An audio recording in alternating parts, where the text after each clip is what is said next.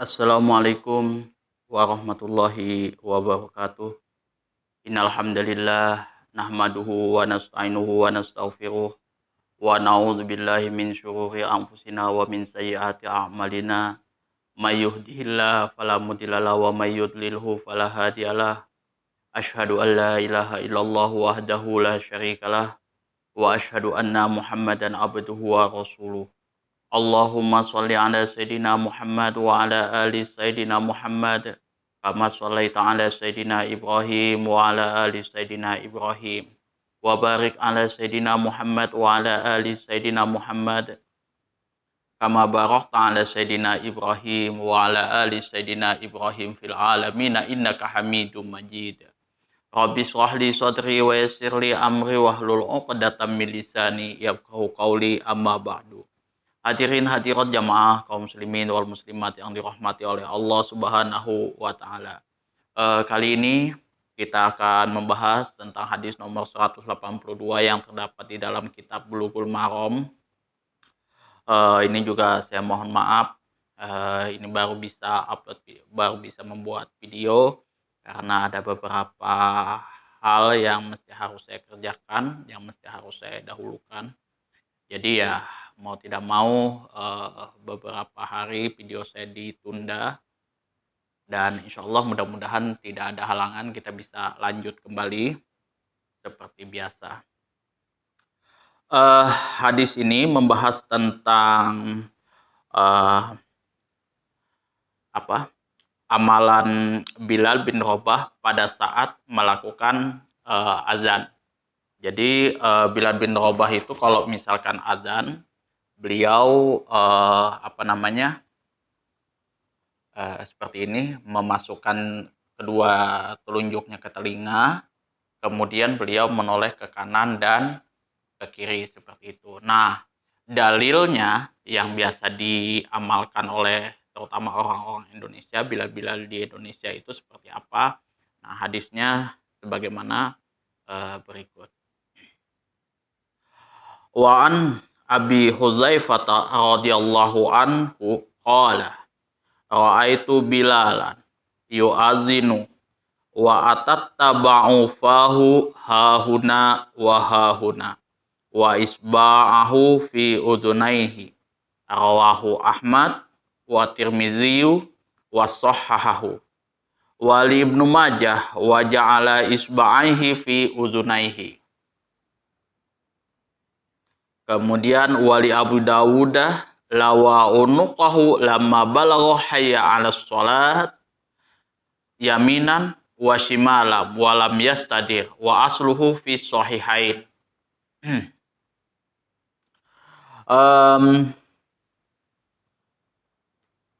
Wa an Abi Hudzaifah radhiyallahu anhu, dari Abu Hudzaifah radhiyallahu anhu, semoga Allah meridhoinya, qala telah berkata, ra'aitu Bilalan, saya telah melihat Bilal, yu'adzinu, yang mana beliau melakukan azan, wa atattaba'u, dan aku mengikuti fahu, mulut beliau, hahuna wa hahuna, ke sana kemari, wa isba'ahu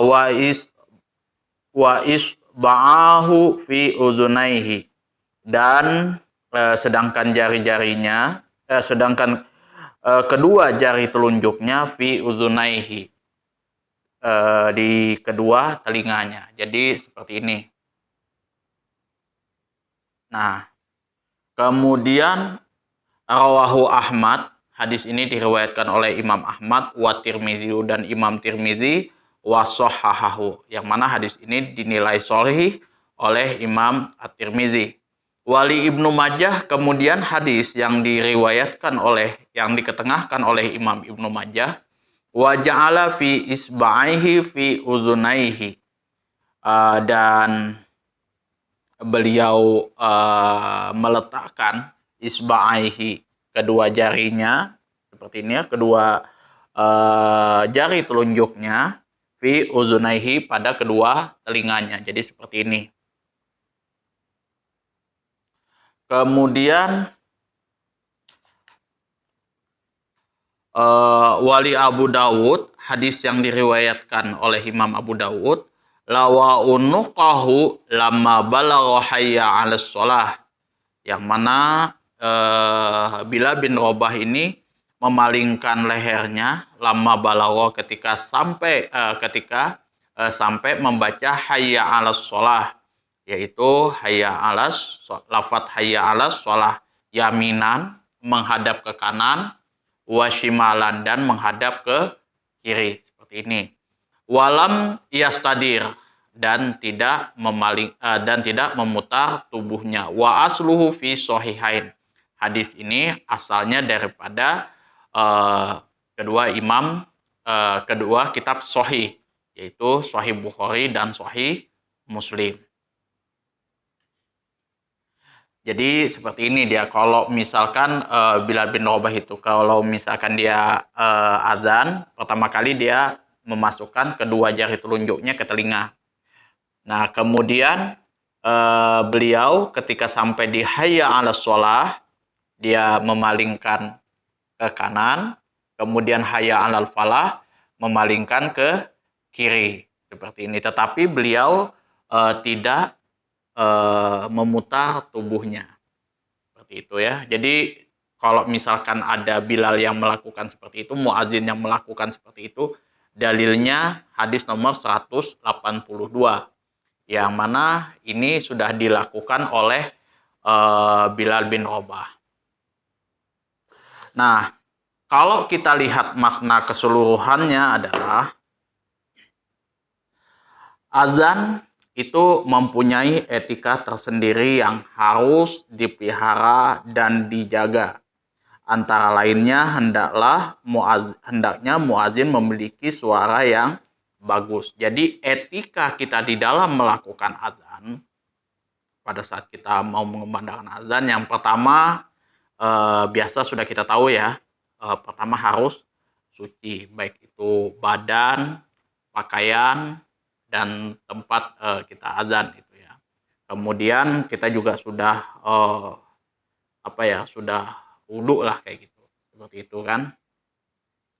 Kemudian juga di sini seorang muazin itu harus mempunyai suara yang bagus ya.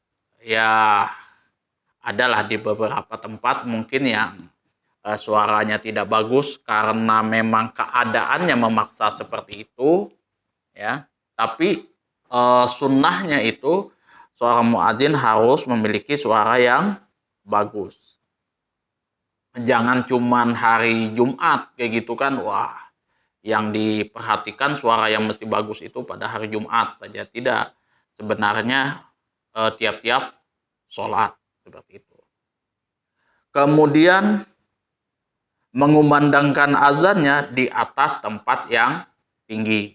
Nah, jadi kalau di zaman Rasulullah dulu itu mengumandangkan azan itu di atas menara, gitu, betul-betul di atas menara, karena tidak ada bantuan toa, ya kan? Kalau sekarang itu sudah kita tinggal pasang aja di atas menara itu, misalkan 4 toa, nah, ke utara, selatan, barat, tuh, seperti itu kan, supaya semuanya bisa dengar. Seperti di atas menara, bukan jadi di atas menara seperti itu. Kalau sekarang toa aja sih, itu. Tapi suaranya sudah kemana-mana.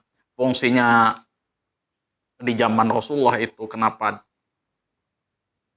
mesti di atas menara, supaya apa? Semua orang bisa mendengar. Menolehkan kepalanya ketika membaca hayya 'alatain. Hayya 'alatain ini adalah hayya 'alas shalah, hayya 'alal falah. Jadi singkatan daripada hayya 'alas shalah, hayya 'alal falah itu hayya 'alatain. Ke arah kanan dan ke arah kiri. Jadi ketika hayya 'alas shalah ke arah kanan, ketika hayya 'alal falah ke arah kiri. Yaminan wa shimalan. Kemudian meletakkan kedua jari tunjuknya pada kedua telinga agar hal tersebut lebih membulatkan suara. Itu yang pertama. Kenapa mesti harus meletakkan kedua jari ini di telinga supaya suara kita fokus bulat, ya kan. Kalau misal ada apa ya, kayak misalkan penyanyi atau apa gitu kan suara bising di mana-mana kayak gitu kan, pecah di mana-mana, jadi dia bisa kebanyakan sih ada pakai headset di sini eh, di dalam. Jadi dia bisa mendengar instruksi dari orang. Tapi kalau muazin itu dia masukkan seperti ini supaya suara bisa lebih fokus. Eh, dan juga di sini dilihat oleh orang yang berkebutuhan khusus, seperti halnya tunarungu, maka orang yang tunarungu tersebut dapat mengerti bahwa ia sedang melakukan azan bukan minta tolong. Dan menghadap ke arah kiblat dalam semua azannya disertai dengan menolehkan wajahnya ke kiri dan ke kanan. Jadi kalau misalkan orang yang berkebutuhan khusus seperti halnya tunarungu melihat ada orang di atas menara sedang melakukan apa seperti ini, kemudian menoleh ke kiri dan ke kanan, artinya walaupun dia tidak bisa mendengar, dia sudah tahu bahwa orang yang di atas menara tersebut bukan meminta tolong, tapi lagi apa namanya mengumandangkan azan seperti itu.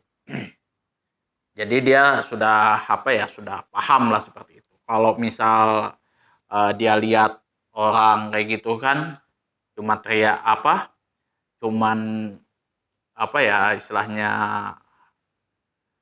nggak ada apa-apa kayak gitu kan, dilihatnya kok kayak teriak kayak gitu, dia nggak ada kayak gini, kemudian nggak menoleh ke kiri dan ke kanan, otomatis orang yang berkebutuhan khusus tunarungu mengatakan bahwa yo ini minta tolong seperti itu. Itu maqasidus syariah, maksud daripada suatu apa amalan-amalan yang dikerjakan oleh para sahabat. Jadi bukan berarti ada fadilah-fadilah khusus kalau kita menoleh ke kiri dan ke kanan seperti itu, kemudian seperti ini ada pahala lagi. Enggak, itu fungsinya untuk suara fokus, kemudian juga menoleh kiri dan ke kanan itu supaya orang yang berkebutuhan khusus itu bisa mengerti bahwa seorang bilal tersebut sedang melakukan azan. Itu makanya kalau misalkan apa ajaran-ajaran agama Islam itu ramah sama orang yang berkebutuhan khusus. Kemudian kalau kita analisis lafadznya adalah lawa unuqahu, ini artinya menolehkan kepalanya ke arah kanan dan kiri ketika mengucapkan dua hayya atau hayya alatain, yaitu hayya 'alas shalah dan hayya 'alal falah. Tetapi pandangannya ini tetap ke arah kiblat. Begitu juga telapak kakinya, kedua telapak kakinya. Jadi pada saat kita melakukan azan, tetap posisi badan kita itu tegak lurus menghadap ke kiblat. Begitu juga kedua telapak kaki kita. Jadi lurusnya tuh seperti ini, bukan begini, menyamping seperti ini ya. Gitu. Begitu juga kalau kita sholat. Itu banyak oleh yang saya lihat. Itu kakinya menyamping seperti ini. Jadi kalau misal dia bertemu dengan kakinya ini bertemu dengan teman yang di sebelahnya, otomatis nanti begini nanti akhirnya. Ini kaki saya menyamping ke sini, kaki yang teman saya menyamping ke sini. Jadi ada lubang di sini nih. Tapi kalau dia posisi begini, nah ini betul-betul rapat, tidak ada lubang. Makanya kalau saya sholat berjamaah itu saya pepet betul-betul. Jadi posisi kaki lurus. Seperti itu.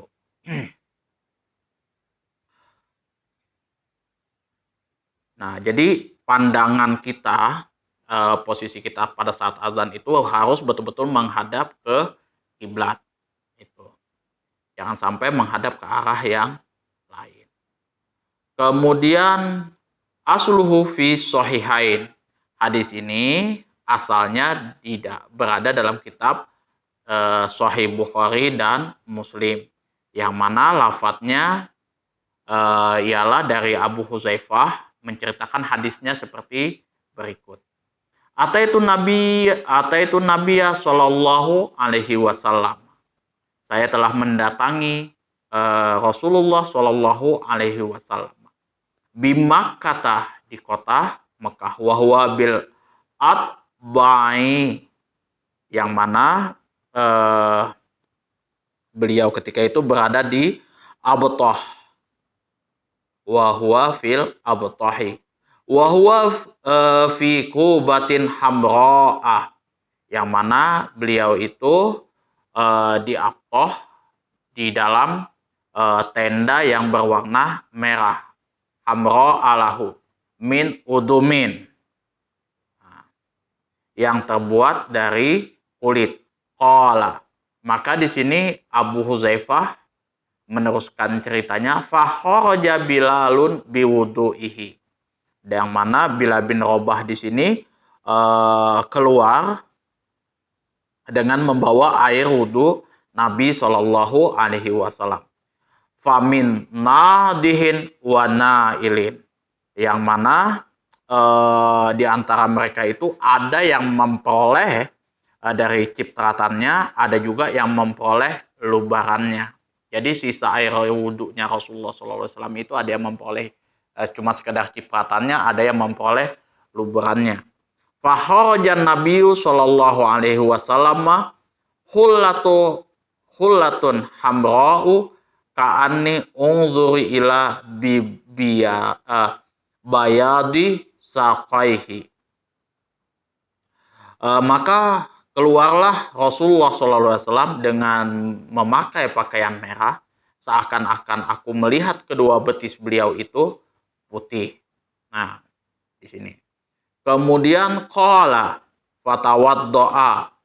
Maka di sini Abu Huzaifah melanjutkan kisahnya. Nabi SAW berwudu, wa azan Bilalun, yang mana di sini Bilal melakukan azan. Qala, di sini Abu Huzaifah meneruskan lagi ceritanya. Faja'atu, maka saya mendapati Bilal bin Rabah di situ, wa atat tabau, dan saya mengikuti fahu, mulut Bilal bin Rabah, hahuna wa hahuna, ke sana dan ke mari. Yaqulu, yang mana beliau Bilal bin Rabah itu saya mengucapkan hayya 'alas shalah, yaqulu yaminan wa shimalan, hayya 'alas shalah, hayya 'alal falah, yang mana beliau itu Bilal bin Rabah itu menoleh ke kiri, ke kanan dan ke kiri pada saat membaca lafaz hayya 'alas shalah, hayya 'alal falah. Summa rokastulahu, kemudian aku menancapkan saya menancapkan sebuah anazatan, sebuah tombak kecil di sini. Wasalla zuhra raqataini, dan kemudian lalu beliau sholat zuhur 2 rakaat. Raqataini 2 rakaat, maksudnya di sini adalah qashar. Summalam yazil yusolli raqatain hatta roja'al Madinah, sedangkan beliau masih terus mengerjakan sholat 2 rakaat, sholat qashar, hingga kembali ke Madinah. Nah, itu hadis dari 2 kitab Sahih Bukhari dan Muslim, yang fullnya, versi fullnya. Jadi kalau misalkan di dalam kitab hadis itu ada beberapa hadis yang memang dipotong, ya kan. Kalau misalkan kitab Bulughul Maram ini bukan kitab usul daripada hadis gitu. Ini kitab idofi saja, kitab penunjang seperti itu.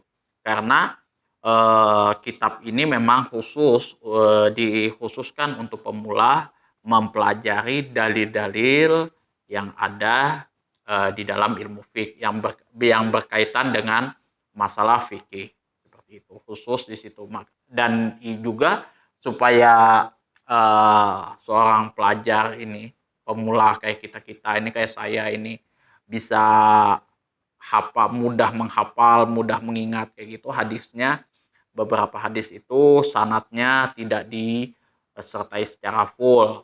Itu kan an ini, an fulan seperti itu. Haddatsana fulan, kemudian an fulan seperti itu sampai an Abi Hurairah radhiyallahu an, tidak seperti itu. Jadi dia potong dari sahabat saja, an Abi Hurairah radhiyallahu an Abi Hudzaifah radhiyallahu an, seperti itu. An Aisyah radhiyallahu an. Di situ dia potongnya. Kemudian apa saja di dalam matannya itu. Nah, ini mau dibahas apanya kayak gitu. Misal kayak yang hadis yang pertama, huwa tahuru ma'uhu al-hillu maitatuhu. Itu hadisnya panjang, tapi dia potong huwa tahuru ma'uhu al-hillu maitatuhu. Nah, pemotongan hadis seperti itu, matan hadis itu boleh, ya kan, pemotongan sanad, pemotongan matan kayak gitu boleh dilakukan selama tidak merusak kepada isi daripada hadisnya tersebut. Dan biasanya itu memang sudah diambil daripada kitab-kitab yang muktabar kayak gitu. Biasanya itu yang kitab hadis yang muktabar itu, contoh misalkan kitab Sahih Bukhari, Sahih Muslim, Sunan Abu Daud, An-Nasai, Ibnu Majah dan lain sebagainya. Di situ itu sudah otomatis, sudah pembukuannya sudah bagus, tidak ada masalah di situ. Ada yang sahih dikatakan sahih, ada yang dhaif dikatakan dhaif, seperti itu. Nah, jadi enak, kita tinggal lihat aja di situ, kita tinggal ngikutin aja apa yang ada di situ. Nah, tapi kalau memang yang kayak Ustadz Adi Hidayat, kayak Ustadz Abu Somad, dia bisa menelusuri lagi kayak gimana hadisnya, kemudian dia telusuri lagi yang secara mendetail. Kalau saya pribadi masih belum bisa seperti itu. Bil abtahi, yaitu abtah ini adalah tempat yang terkenal yang terletak di bagian atas Mekah, yaitu sebuah lembah yang terletak di antara Bukit Nur dan Bukit Ujun. Jadi Abtoh ini adalah nama tempat yang sangat terkenal, terletak di bagian atas Mekah, itu ya. Yaitu lembah yang terletak antara Bukit Nur dan Bukit Ujun. Qubah di sini artinya tenda atau kemah kecil. Jadi kalau di Indonesia ini ada pergeseran makna di sini kan. Kalau Qubah menurut orang Indonesia itu ya kayak kubah masjid kayak gitu. Jadi atasan rumah yang bentuknya bulat. Itu namanya kubah menurut orang Indonesia, pengertian orang Indonesia itu kan. Jadi biasanya sih adanya di masjid itu, di atas kayak gitu kan. Bentuknya bulat. Itu namanya kubah. Nah, kalau dalam bahasa Arab artinya sebenarnya adalah tenda. Jadi tenda yang memang bentuknya bulat.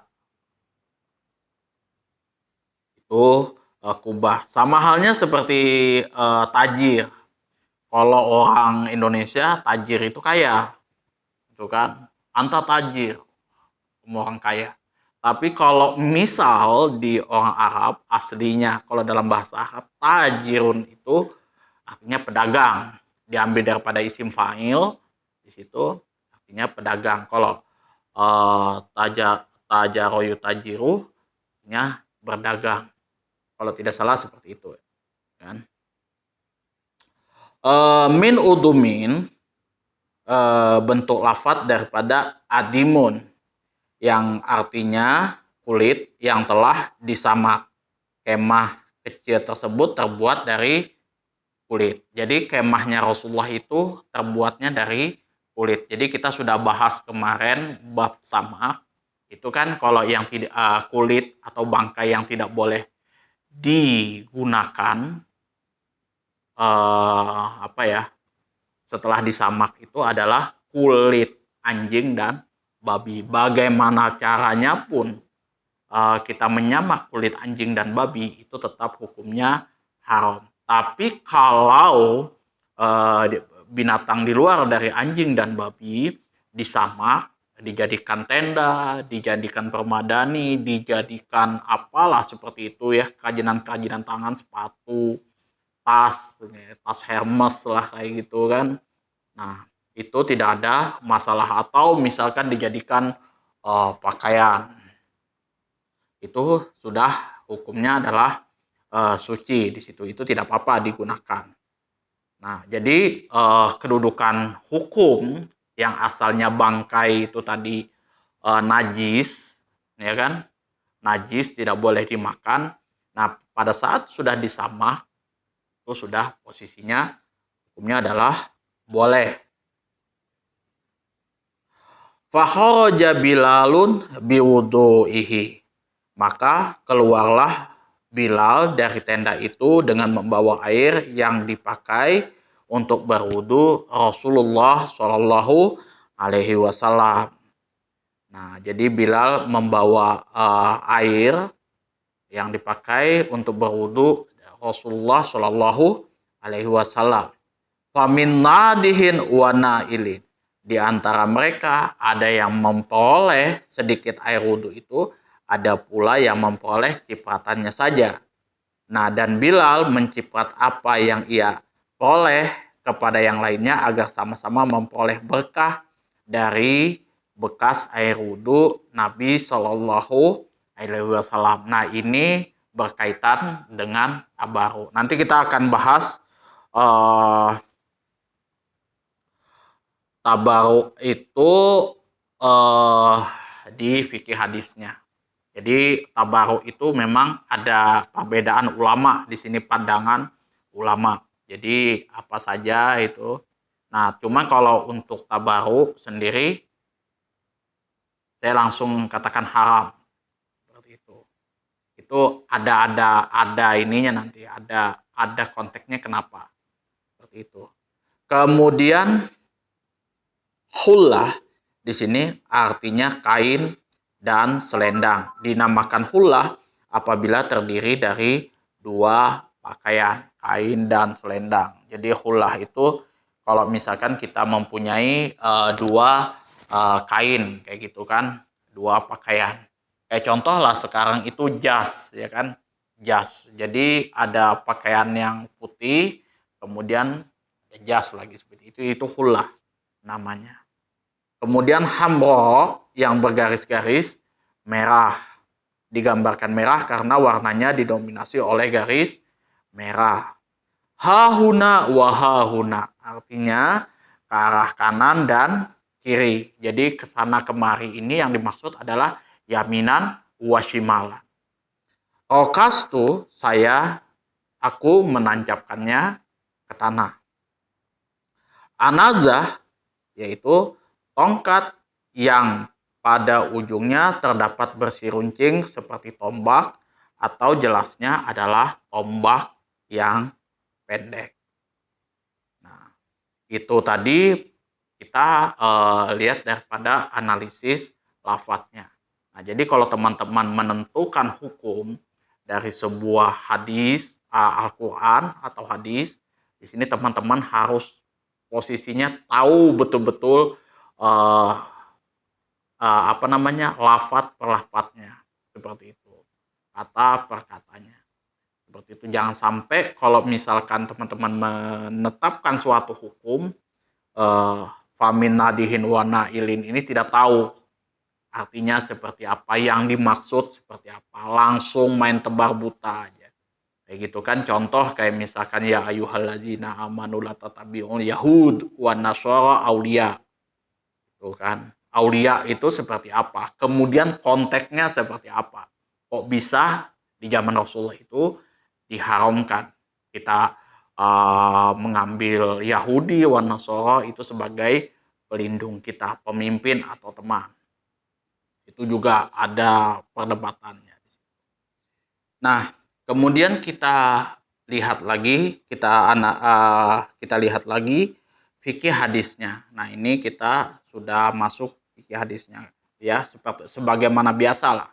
Kalau di dalam kitab Bulughul Maram, kajian kitab Bulughul Maram itu pasti saya sertakan dengan fikih hadisnya supaya teman-teman tahu kan, kalau misalkan kita membaca hadis Itu asbabun nuzulnya seperti apa, kemudian analisis lafadznya seperti apa, baru kita lihat fikih hadisnya supaya teman-teman paham kayak gitu bahwa fikihnya pengertiannya seperti ini.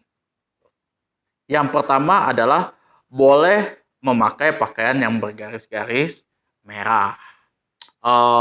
Bergaris-garis merah ini intinya ya seperti ini aja lah. Kayak gitu kan, pakaiannya ada garis-garisnya seperti itu, ada corak-coraknya yang nggak terlalu wow banget lah kayak gitu kan. Tapi kalau batik, nah kalau batik itu sebenarnya bukan masalah ininya ya, tapi dia coraknya itu terlalu kontras betul kayak gitu. Jadi ada kayak misalkan gambar burung, ada gambar dan lain sebagainya, itu nanti bisa menyebabkan kita nanti tidak khusyuk dan itu bisa jatuhnya makruh itu kan. Jadi kalau batik itu untuk lebih amannya sih, kalau menurut saya pribadi jangan digunakan. Hukumnya adalah makruh karena gambar-gambar apa segala macam itu Rasulullah gak suka. Rasulullah pernah melepaskan pakaiannya eh, seperti itu, melepaskan pakaiannya karena waktu Rasulullah menggunakan pakaian tersebut, sholat Rasulullah itu terganggu. Nah, setelah beliau lihat pakaiannya kayak gitu, wah ada gambar nih, ya lepas dia ganti. Nah, karena itu memang betul-betul mengganggu dan di dalam kitab kitab Sunan Abu Daud itu hukumnya adalah makruh dan beberapa ulama yang lain mengatakan bahwa itu makruh. Bukan artinya kita anti dengan adat istiadat kita, enggak. Tapi ya biasakan kalau misalkan pakaian kita untuk sholat itu polos. Tapi kalau ya yang begini aja seperti itu kan coraknya misalkan biru atau ada garis-garis merah atau apa yang ya nggak begitu kontras, nggak ada masalah. Nah, yang saya sempat bahas juga sebelumnya kayak contoh sarungnya tretan muslim. Sarungnya tretan muslim urban itu, yang ada gambar-gambar wibu apa segala macam itu hukumnya makruh kalau teman-teman pakai itu di waktu sholat karena ada gambar-gambarnya dan hadisnya jelas itu di dalam Sunan Abu Daud. Cek aja nanti yang bab berpakaian. Cuman bukan haram loh ya, itu makruh. Yang kedua, disyariatkan menoleh kepala ketika melakukan azan ke arah kanan dan kiri ketika mengucapkan hayya 'alatain, disertai meletakkan kedua jari telunjuk pada telinga. Hal tersebut dimaksudkan agar kelihatan dari jauh atau terlihat oleh orang yang berkebutuhan khusus, tunarungu di sini, bahwa ia sedang melakukan azan. Cara demikian fungsinya lebih mengeraskan suaranya. Nah, ini kita sudah bahas di analisis lafadz ya. Atau bukan di makna keseluruhannya tadi. Fungsi daripada kita meletakkan kedua telunjuk di telinga kemudian menoleh ke kanan dan ke kiri. Jadi supaya orang yang berkebutuhan khusus terlebih orang yang tunarungu tahu kalau dia bukan meminta tolong tapi sedang melakukan azan. Yang ketiga adalah orang yang sholat disyariatkan memakai penghalang. Sebentar.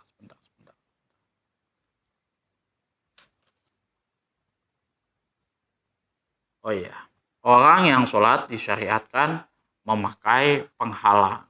Nah, jadi penghalang ini maksudnya kayak misalkan sejadah panjang. Ya biasa kan ada tuh sejadah panjang kayak gitu kan. Atau kalau di Indonesia itu ada tehelnya tuh. Tehelnya itu biasanya 3 tehel putih, putih kayak gitu 3 tehel. Nah, baru satunya itu warnanya lain, misalkan merah ke biru. Nah, itu fungsinya untuk pembatas kayak gitu. Ini sop 1, sop 2, sop 3 seperti itu. Itu fungsinya. Kalau di zaman Rasulullah itu ditancapkan tombak kayak gitu.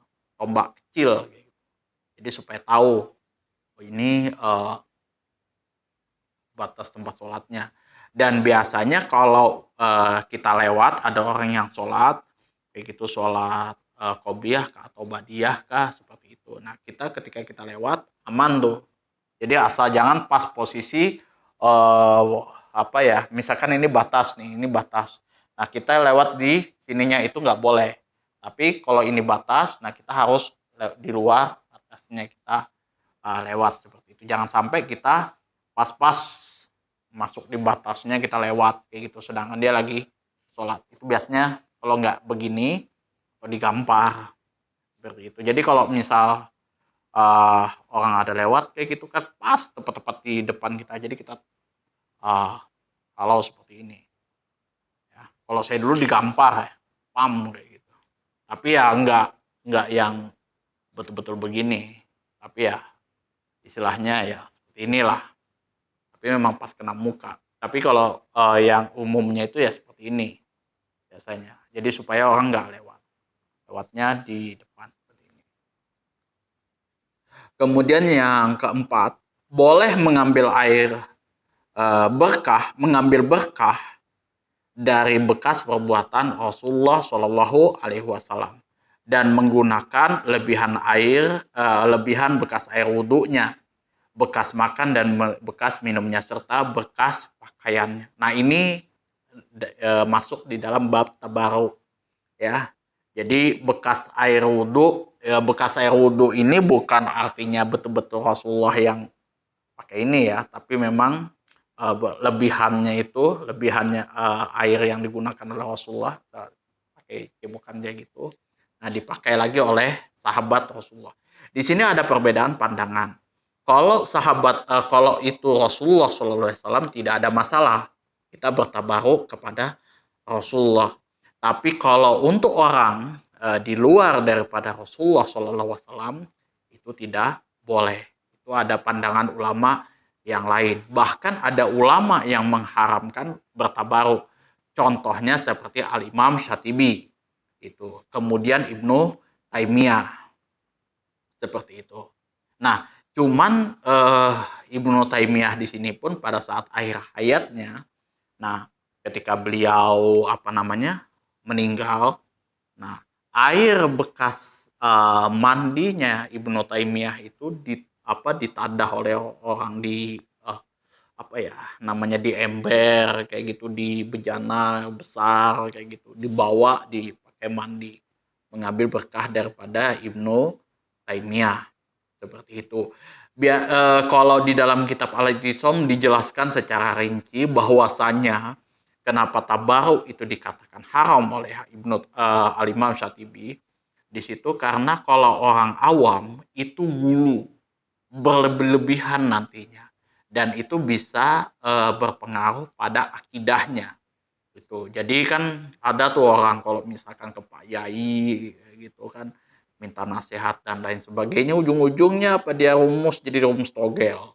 Nah itu yang bahaya juga sebenarnya. Tapi kalau misalkan kiai sama kiai atau santri sama gurunya sama kiai dan lain sebagainya, kalau saya tidak mempermasalahkan seperti itu. Tapi kalau di luar dari itu, saya langsung katakan itu haram. Tuh, nggak peduli. Nah, karena ya itu kalau sudah orang awam ini sakit sudah urusannya. Kita kasih tahu lurus, betul-betul lurus, mesti ada mencongnya sedikit. Gitu. Itu yang terus saya jaga seperti itu kan. Karena ya jangan sampai masalah akidah ini nantinya ujung-ujung bermasalah. Itu yang tidak boleh, dan masalah akidah itu zero tolerance. Ya, tidak ada toleransi di situ. Yang kelima, disyariatkan mengqashar sholat dalam perjalanan. Nah, ketika kita berada di dalam perjalanan, masuk dalam kategori musafir, kita disyariatkan untuk mengqashar sholat. Seperti itu. Dalam keadaan apapun, biasanya kita di pesawat, menggunakan pesawat kah atau apakah, ya qashar aja sholatnya, nggak ada masalah. Gitu kan ada teman saya juga yang mengatakan bahwa qasar sholat itu kalau misalkan kita kayak Rasulullah dulu pakai onta kayak gitu kan. Nah, itu kan berat banget perjalanannya. Tapi enggak, sebenarnya kalau misalkan sudah masuk jarak jarak tempuhnya sudah sesuai, katakanlah Samarinda, Balikpapan, Surabaya seperti itu meskipun menggunakan pesawat ya enggak ada masalah kalau kita mau mengkosor sholat. Yang keenam adalah penghormatan para sahabat kepada Rasulullah Shallallahu Alaihi Wasallam. Jadi para sahabat itu sangat menghormati Rasulullah Shallallahu Alaihi Wasallam. Tapi para sahabat tidak pernah berlebihan di dalam melakukan penghormatan kepada Rasulullah Shallallahu Alaihi Wasallam. Makanya kalau misalkan masalah hadis dan lain sebagainya, itu diteliti betul oleh ulama-ulama setelahnya karena banyak pendusta-pendusta yang melebih-lebihkan apa yang dikatakan oleh Rasulullah Shallallahu Alaihi Wasallam, bahkan dijadikan alat politik, dijadikan alat penglaris dan lain sebagainya. Suatu kebatilan dibungkus dengan agama itu sudah terjadi di zaman-zaman dulu. Kalau misalkan yang diagung-agungkan itu Ali, nah itu saya betul-betul mesti harus cek ini. Itu kan kayak contohnya melihat Ali itu kan sama dengan ibadah. Wah, itu saya cek dan memang hadisnya itu maudhu. Terus juga barang siapa Ali itu adalah sebaik-baik manusia. Barang siapa yang syak, yang ragu, maka dia kafir. Itu juga hadisnya maudhu, hadis palsu. Ingat, ini juga hati-hati kita melakukan penghormatan kepada Rasulullah SAW, kepada para sahabat, tabiin, tabiut, tabiin itu ya, tabiin, tabiut, tabiin itu kan, dan seterusnya itu kita harus pada posisi standar seperti itu. Saya menghormati kiai saya ya nggak ada lebihnya karena beliau adalah kiai saya yang punya ilmu, yang mengajarkan saya ilmu. Lebih dari itu saya nggak berani. Kemudian di sini perawi hadisnya adalah Abu Huzaifah. Nama aslinya adalah Wahab bin Abdullah As-Sawai Al-Kufi. Yang mana beliau ini telah meriwayatkan 45 hadis dan termasuk para sahabat yang masih muda usianya. Jadi beliau ini ulama junior, sahabat junior lah, seperti itu.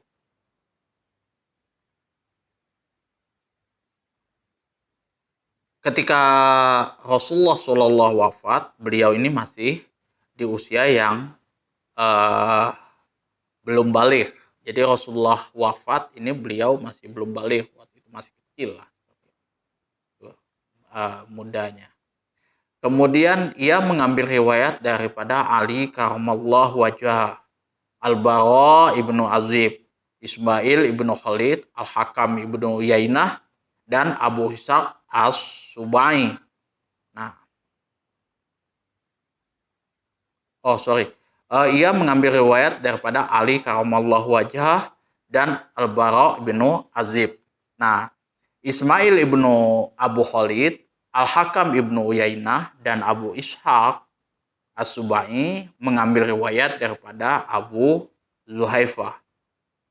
Oh, bukan Abu Huzaifah ya, Abu Zuhaifah. Ini agak-agak kebalik, ini susah sih. Kalau ininya dia agak mirip kayak gitu kan. Kalau yang saya familiar di saya itu Abu Huzaifah, itu yang familiar di telinga saya. Tapi di sini Abu Zuhaifah ya. Khalifah Ali mengangkatnya sebagai wali, ketua pengurus Baitul Mal, dan ia termasuk sahabat Khalifah Ali karamallahu wajhah yang paling terhormat. Ibnu Hibban mengatakan bahwa Abu Zuhaifah wafat pada tahun 74 Hijriah. Nah, itulah sekelumit daripada perawi hadis Abu Zuhaifah ya. Nah, ini kita sudah bahas ya hadis nomor 182 mengenai amalan perbuatan Bilal bin Rabah pada saat mengumandangkan azan. Jadi kalau teman-teman melakukan azan seperti itu, eh, biasanya jari di telinga, kemudian toleh kanan dan kiri itu tidak ada yang namanya perintah dari Rasulullah Shallallahu Alaihi Wasallam, tapi itu merupakan daripada perbuatan Bilal bin Rabah.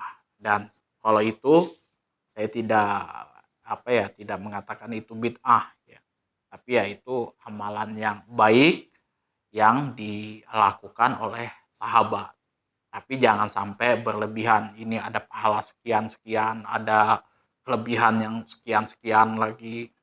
Kemudian kalau ditambah ini dan itu lagi ada lagi anunya. Itu sudah menjurus ke bab-bab bid'ah, itu saya paling anti sudah. Karena ya yang menghambat kemajuan agama Islam itu ya bab bid'ah itu sendiri. Pada saat kita sudah selesai melakukan yang wajib dan sunnahnya, nanti ditambah lagi dengan amalan apa, yang mana itu juntrungannya juga tidak ada. Kayak gitu. Kalau misalkan kita mau amalan yang bagus, yang baik dan benar, sahih, tidak ada perdebatan dari kalangan ulama, ya kita ambil di dalam kitab Al-Azkar. Itu aja. Kita ambil yang simpel aja lah, kitab Al-Azkar. Itu sudah dirumuskan oleh Al-Imam Nawawi di situ. Nah, kita ambil yang sahih aja. Kita kan kalau kita ngambil yang doib, takutnya kita nanti nggak tahu nih kedudukan doibnya seperti apa. Kita juga bukan ahli hadis. Ya kita ambil yang sahih-sahihnya aja seperti itu. Nggak ada masalah kayak gitu. Ada orang yang mengatakan, "Wah, ya, orang itu cuman yang mau yang sahih-sahihnya saja, tidak mau yang doifnya," gitu kan. Nah, kalau yang golongan ini kan sahihnya dipakai, doifnya juga dipakai. Ya enggak juga seperti itu. Kayak gitu. Jadi bukan berarti orang yang mengamalkan hadis yang sahih-sahihnya itu ya gimana ya, anti dengan yang doif. Enggak gitu. Jadi ya dia yang mengamalkan sahih-sahihnya itu ya memang betul-betul seperti itu. Sudah nggak ada yang bisa diragukan lagi kayak gitu kan. Contoh kita yang mengamalkan yang sahih-sahihnya kayak kita sholat, puasa, zakat, haji itu kan sahih-sahih semua. Kemudian yang lain-lain itu kalau misalkan doib kita tidak tahu hadisnya seperti apa kayak gitu kan, kedudukan hadisnya seperti apa ya, eh, ya nggak bisa gitu dilakukan. Dan biasanya sih kalau yang mengamalkan hadis doib sebagai fadhailul amal itu orang-orang hadis yang memang tahu hadis. Oh, tertentu saja. Kalau kayak kita orang-orang awam ini ya sangat susah sih kalau mengetahui fadhailul amal hadis dhaif itu seperti apa. Jadi ambil yang amannya saja. Mungkin itu saja yang dapat saya sampaikan. Kurang dan lebihnya saya mohon maaf yang sebesar-besarnya apabila ada kekeliruan dari saya, ada penjelasan-penjelasan saya ngalor ngidul yang menyimpang, mungkin yang saya tersilap kata, itu nanti bisa teman-teman kasih teguran, kasih peringatan, diatur di kolom komentar. Kemudian juga saya juga mohon maaf kalau misalkan ada yang menyinggung hati guru sampean, hati teman-teman semuanya, saya mohon maaf yang sebesar-besarnya sekali lagi seperti itu. Karena jujur saja apa yang saya sampaikan itu hanya sebatas yang apa yang saya ketahui, seperti itu yang saya ambil dari kitab-kitab yang saya ketahui. Itu kalau misalkan mungkin teman-teman ada yang lebih paham lagi daripada saya, ada ustadz yang lebih paham lagi daripada saya dalam hal kitab Bulughul Maram dan kitab-kitab yang lain, bisa kasih masukan juga di kolom komentar. Juga masukan-masukan, saran dan lain sebagainya ini sangat saya butuhkan sekali untuk mengembangkan channel ini. Walaupun channel ini view-nya masih rendah ya kan, masih ya 100 berapa gitu. Di bawah 100, tapi ya oke lah, bagi saya nggak ada masalah ya kan. Bagi saya ya berkarya terus seperti itu. Kalau misalkan saya toh pun meninggal dalam usia keberapa saya sudah Ketika ditanya, saya sudah sebarkan semua. Itu saja. Akhirul kalam, wabillahi taufiq wal hidayah. Assalamualaikum warahmatullahi wabarakatuh.